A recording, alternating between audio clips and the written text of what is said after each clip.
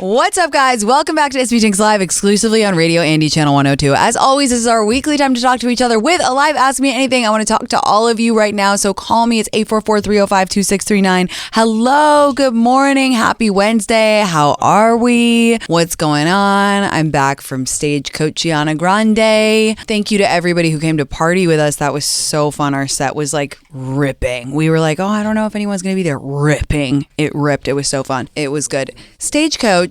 Interesting vibe. Now, I don't know a lot about country music. And you know what? The whole experience, it gave me a lot of empathy for people who don't know a lot about dance music or EDM or techno or whatever, because that's the type of music I like. And I can see how if you don't know about a type of music, you're a little lost and you're a little like, wait, what's going on? I don't know. I don't get it. But we had so much fun at our set. So thank you for everyone who came to party. Okay, guys, I need to ask you something. I'm so curious your opinion on this. This morning, I went to get a coffee with my friend and I was sitting in a cafe that I frequent, and I was drinking my coffee, which was actually shit today. I don't know why. It was really, really bad. You know when it just tastes like ass water and you're like, ooh, that's not okay. You know, I was sitting at the bar and this girl came in and she had like a bouquet of flowers. She looked a little awkward and she kind of got in, she shut the door, and then a guy like was taking her picture, you know, because it's a really cutesy coffee shop.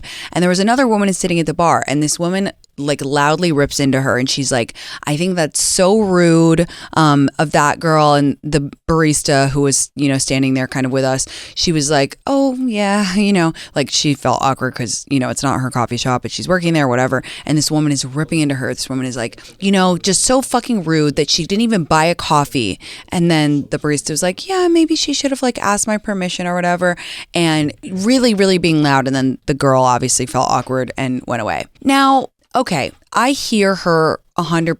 I don't know. I go so back and forth on this, and I'm usually so opinionated that I'm. That's why I wanted to bring it to the squad and see what you guys thought. How do you guys feel when you see people taking pictures like for their Instagram or filming a TikTok in public? My general rule of thumb is that like if you're polite and if no one's in the background, have at it. You know, because I don't know, something about the girl just made me feel like sympathetic to her. She was, you know, a little younger.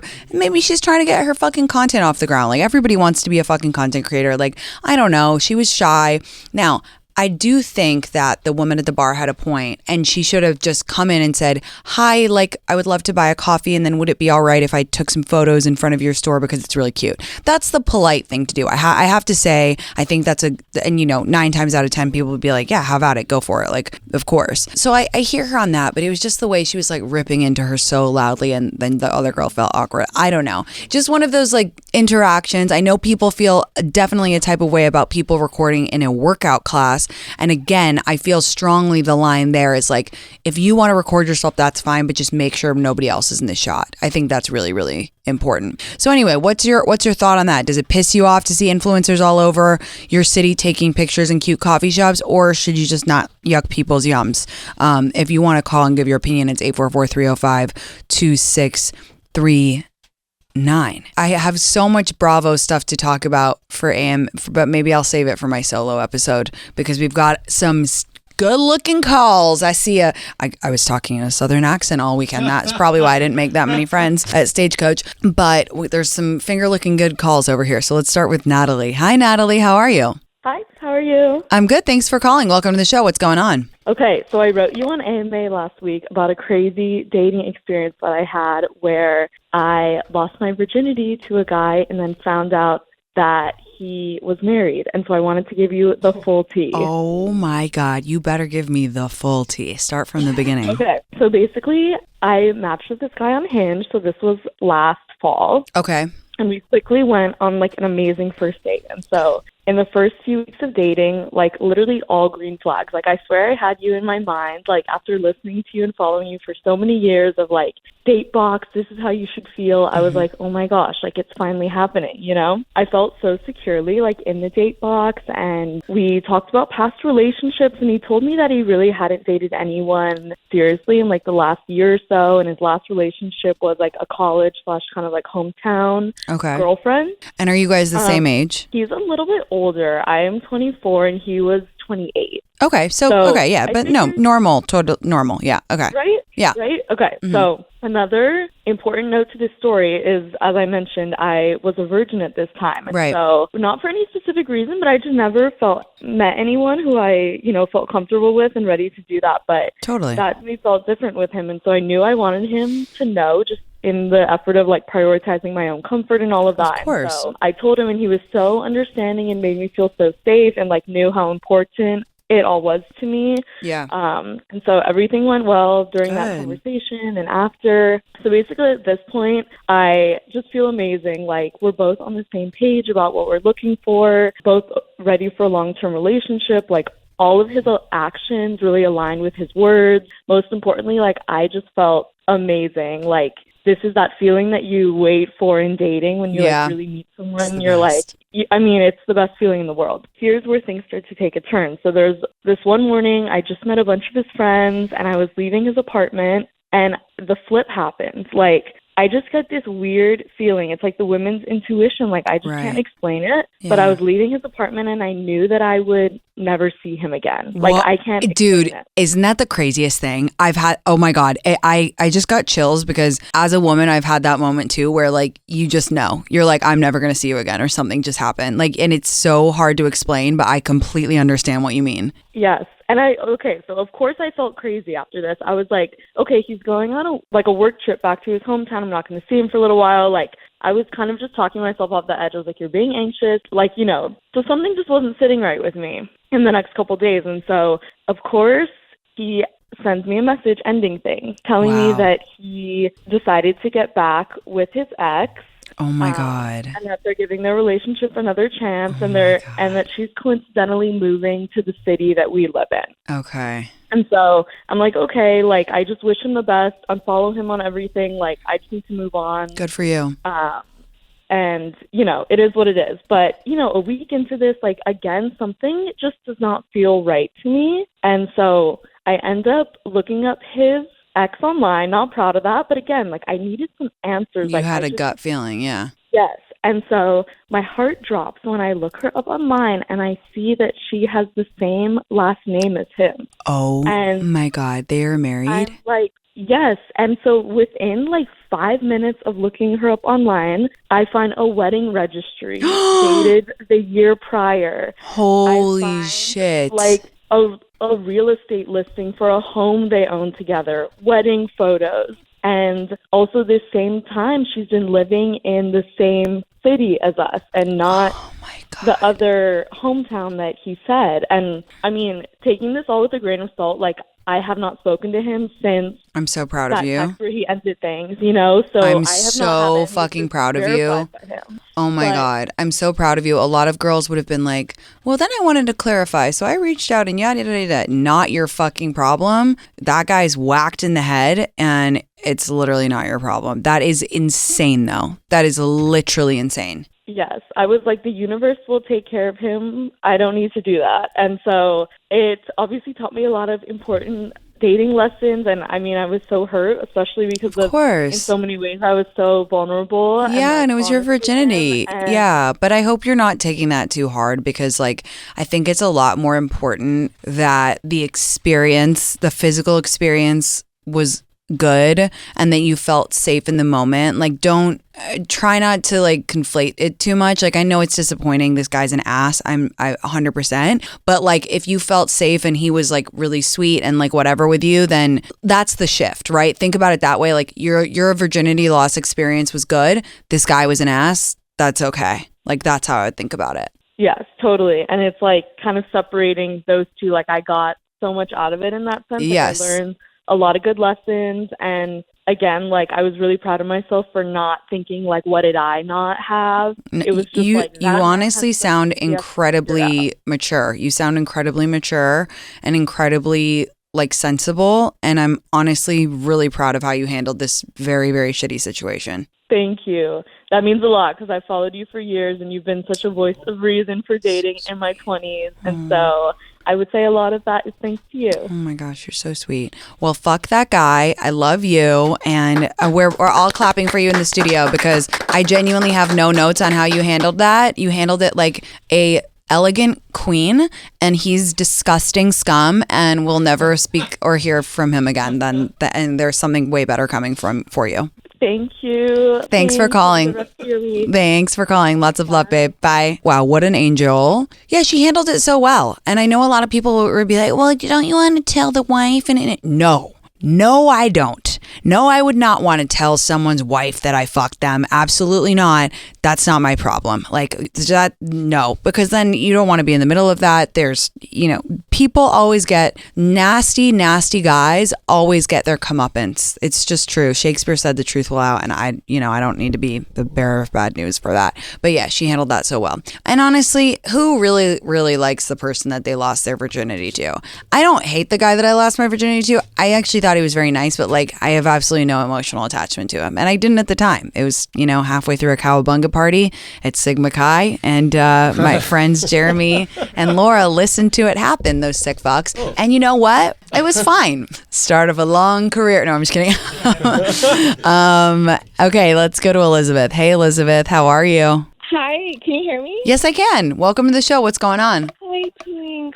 Thank you so much for taking my call. Of course. Tell me, what's happening? I'll try to make it short, but I'll give some details. So Okay. I have been dating my fiancé for over 2 years. Okay. And he is fantastic. He's like the love of my life. I love him so much. Good. In June of last year, we found out that we were pregnant. Oh my God! Congratulations! Oh, sorry. Congrats. Sorry, Steve is saying no. And basically it was amazing. It was the best day of my life, obviously. In August, we revealed to, his family and my family, and they were so excited. Yeah. And then in September, we lost the baby. Oh my God, I'm so sorry. I'm so sorry. Take a deep breath. Take all the time you need. I'm really, really sorry for your loss. Thank you. I appreciate that. And basically, his family and I have always had respect for them. Mm-hmm. But in the past, before this happened, they've said some pretty insensitive things, to me and even about me. And when this was all happening, I received so much love from my family. They Sure. were just telling me, take all the time you need. They were, sending me flowers. My best friend came down for the weekend and just stayed with us and, held my hand and cried with me. And I, was receiving all of this love. And there's no, right way to grieve with someone, but there are some things that can be very, insensitive. Sure. And while the day we found out that there was no longer a heartbeat, the day after, so while this was really while I was preparing for my procedure, Yeah. his sister and sister-in-law just told me some very insensitive things. My soon-to-be sister-in-law told me that this is going to make me into a better person. She's a Maha mom, and so she sent me, ways to naturally conceive for when I'm ready for the next time to do it the right way. Oh my God. And basically when all of this was being said and, she was telling me, hey, this is going to make you into a stronger, better person. In the moment, I didn't need to hear that. No, of course not. That's not what you want to hear when you're going through it in the depths of grief and just still processing, what just happened. Right. And basically I was very frustrated because as much as I respect, and I love his family, just things that were said to me, it wasn't the same as the love I was getting from my folks and my friends. And Sure. I'm a teacher, and I had parents that followed me, and even their kids wrote me letters acknowledging my son's existence. And his side, didn't even acknowledge that we had a child. They were mainly just telling me, this will make you strong, and you really need to get through, get over this, and just very insensitive, Yeah. And how was your fiance during this time? Was he kind of acknowledging their callousness, or was he, was he supporting you? Did he also see that the comments that they were saying were really insensitive? Yes, he was fully supporting me. He did tell me that, well, I grew up differently than you. We see things differently. And I told him, like, even if you grew up in a household that was, more on like the tough side, those things are not okay. And I showed him the messages, and he understood that, like, at that time it was so close to the loss that it wasn't the right time to say those things about moving on and moving forward. And he saw both point of views. I think it was hard for him because he loves me and he loves his family. Yeah. So to protect my peace, when his sister and sister-in-law were telling me these things, I stood up for myself and I told them, like, I texted them back and I was really cordial, and I said, like, I understand that you think this is what I need to hear, but right now that was very rude of you. Like, it would have been nice if you acknowledged our son's existence instead of telling me that I need to move on, or telling me that this, like, I would rather have my son than be a quote-unquote better person. Of course. Yeah. And how did they receive those messages? Tinx, they played the victim. So sorry. Take all the time you need. You're fine. Take a breath. That's really despicable. That's really, really, like, any normal person would say, sorry, I misread the situation. I apologize. I'm thinking about you, and just left it. Like, that's what any normal person, even if they do have a different, to your fiance's point, even if they have a different way of handling emotions in their family, when someone tells you, I'm really, really hurting, like, this comment didn't land, then any normal person would just apologize and back off. Right. And that's what I was hoping. And I was just hoping that they would understand where I was coming from. Yeah. But instead, they responded basically saying, like, we didn't mean for it to come off that way. You're being a little sensitive right now. And so I later kind of found out that they were, talking bad about me towards other members of the family, saying that, like, I was being mean to them and that they don't think that I like they were basically making, like, this situation, like, about them. After those comments in September, I protected my peace, like, the best I could. And so I ended up just unfollowing them and distancing myself. And my fiance and I were on the same terms that, like, this year, or I guess, like, last year, like, holidays will be with my family mainly. Like, I needed to be around, like, people that, just made me feel good, and my fiance totally understood. And anyways, time has, obviously passed, and it still hurts. Of course. There was never an apology. But last weekend, my fiance had to go see family, and I wasn't able to go with him because I had a work in the situation down here. And he saw his brother, who's married to the sister that I just unfollowed. And, she hasn't reached out to me ever since I, like, defended myself.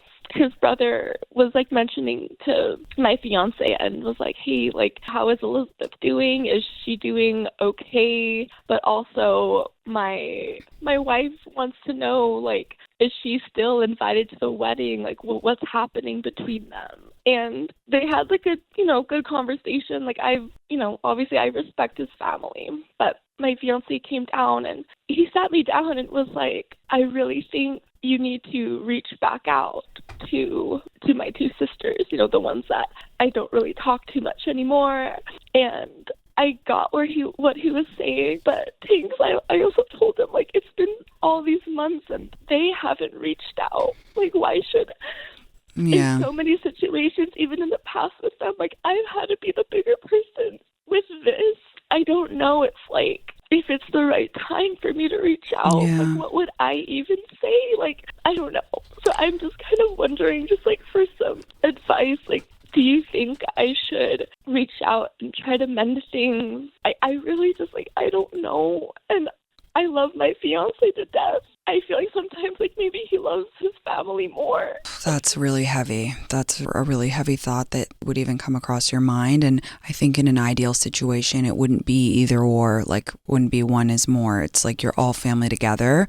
And I know that's not realistic in some situations, maybe this one. First of all, I'm sorry for everything that you've been through. I think avoiding them forever is probably not realistic, given that he loves his family, as you've mentioned multiple times. And I'm sure in some ways that's why you fell in love with him. Like, it's great to have a man who is like cares for his family. That means that like the loyalty that he has to them, like he has to you, or he will have to you when you're married. Like, that's a really good quality in someone. Now, obviously it's a little more complicated because you don't get on with the sisters. Yeah, I mean, I think like asking you to be the first person to reach out is a bit of a tall order. That being said, I also think it's a power move. I really do. I would reframe this in your mind, and I would look at it as a power move. And I would think you're never going to be best friends with these girls, but it's going to put you in a position of power if you reach out and say, you know, hey, like time's passed. Heard you were wondering if you were still invited to the wedding. Of course you are.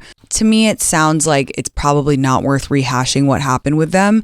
I would probably say, let's leave the past in the past. Like, I'd really like to move, like, let's move forward. You know what I'm saying? I'd really like to, but you can just say, let's move forward. And that is honestly what I would do if I was in your position. I think that holding on to anger, it never really works out. I understand that you're hurt. And I genuinely think that the sooner this conversation happens, the sooner you will start to feel better, because I think it's probably wrapped up in your grief. And I think it's probably really like, it's just like this dark shadow over your shoulder. And it's like always kind of ever present. And you deserve to move on and look forward to your wedding and be in this era of your life where you're a bride and you're going to get married. And I think that this honestly in a way might be holding you back. So I think it's a power move to say, guys, let's just move forward. And then you don't have to be their best friend. You don't have to invite them to get your nails done. You can just simply take the high road and know that you're keeping your side of the street clean. And then the whole family will see that. The whole family will see like, oh, wow, she did reach out, wow, okay. And then they can never accuse you of being dramatic or, holding a grudge or whatnot. With any luck, I think this will help you feel a little bit better, because it's hard when you're like not speaking to people in your own family. That weighs heavy on you. That really does. And I'm sure it weighs heavy on your fiance. And, it creates a dynamic that is not sustainable, especially if you're marrying into a family that loves each other a lot. So even though I know that sounds probably like the last thing you want to do, I think that would be my advice. Okay. Like, what do you think, just to keep it like short and sweet? Like, yeah, I do. Yeah. Okay. I would text them and just say, hey, heard, that your fiance and their husband talked. I mean, you could even say, overtly say, wanted to extend the olive branch. Just be really clear and undramatic, and it will make them feel dumb, because you're the one who's been through something awful. And then now here you are, the one who's being like, let's mend this. It will make them feel dumb and stupid, because they are dumb and stupid. So just say that. Say, hey, heard your husband and my fiance talked. I'm writing to extend an olive branch. I'd really like to leave the past in the past. Of course, you guys are still invited to the wedding. Looking forward to seeing you soon. Boom. Done. Okay. That's what I would say. Yeah. Okay. I like that. Yeah. Thank you so much for listening, and of course, and for your advice and your care and just everything you do for the community. I really appreciate it. I love you, and I'm thinking of you. Be strong. And I'm so sorry for your loss, and I'm hoping that you can enjoy your wedding and enjoy this special time with your fiance. And I'm thinking all good things for you. Okay. Thank you so much, Tinx. You have a great day. You too. Thank you so much. Lots of love, babe. Bye. Oh my gosh, my heart. That is really, really, really heavy stuff, you guys. We're going to take a really quick break, and I will be right back after this.